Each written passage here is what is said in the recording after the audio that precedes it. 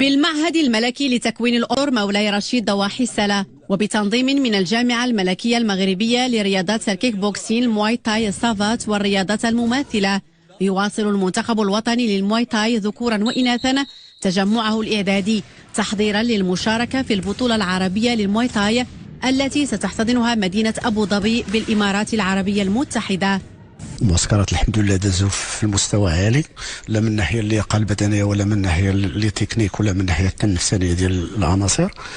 اما بالنسبه للبطوله دابا اللي غنمشيو لها ان شاء الله، البطوله العربيه اللي جايه غتكون ان شاء الله في الامارات، يعني ما بقاش كيسمح لنا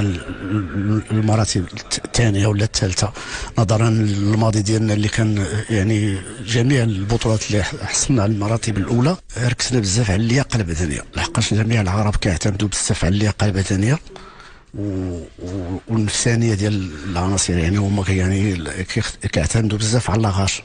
يعني كاع جميع البطولات اللي شاركنا فيها كيعتمدوا بزاف على اللياقه البدنيه. المنتخب الوطني يضم 12 عنصرا، 4 إناث و8 ذكور، ويتعلق الأمر بكل من أميمة بالوراث وزن أقل من 48 كيلوغرام، ومريم المبارك وزن أقل من 54 كيلوغرام، وريما ريحانة وزن أقل من 60 كيلوغرام، وكوثر بعراب وزن أقل من 63.5 كيلوغرام. الحمد لله كنا في مرحله بزاف ديال السيليكسيون اللي دخلنا، وهذه اخر سيليكسيون اللي غنبريباريو بها البطوله العرب اللي تكون ان شاء الله في دوله الامارات، وان شاء الله احنا وجدنا تبارك الله مع الاداره التقنيه، وكنتمناو ان شاء الله ناخذوا الكلاس الاول في العرب ان شاء الله كيف ديما. بالنسبه للذكور نجد كل من يونس مونين وزن اقل من 51 كيلوغرام،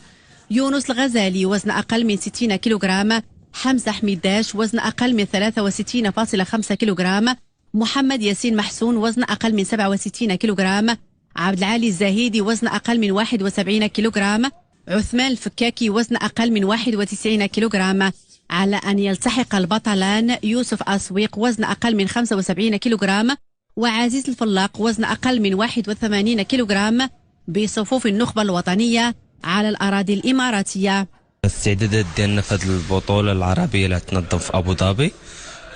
بدينا بريباراسيون بزاف ديال المراحل، والمرحلة الأولى خدمنا كونديسيون فيزيك والتكنيك، كي بحال التكنيك خدمنا لي ديبلاسمون والكنينش، كي بحال دوز 3 روند ديالك حتى 3 دقائق في المواي تاي، ماشي ساهل دوز ماشي تكنيك ساهل، ضروري خصك كنينش، خصك التكنيك بزاف، وإن شاء الله بالتدريب ما نحشموش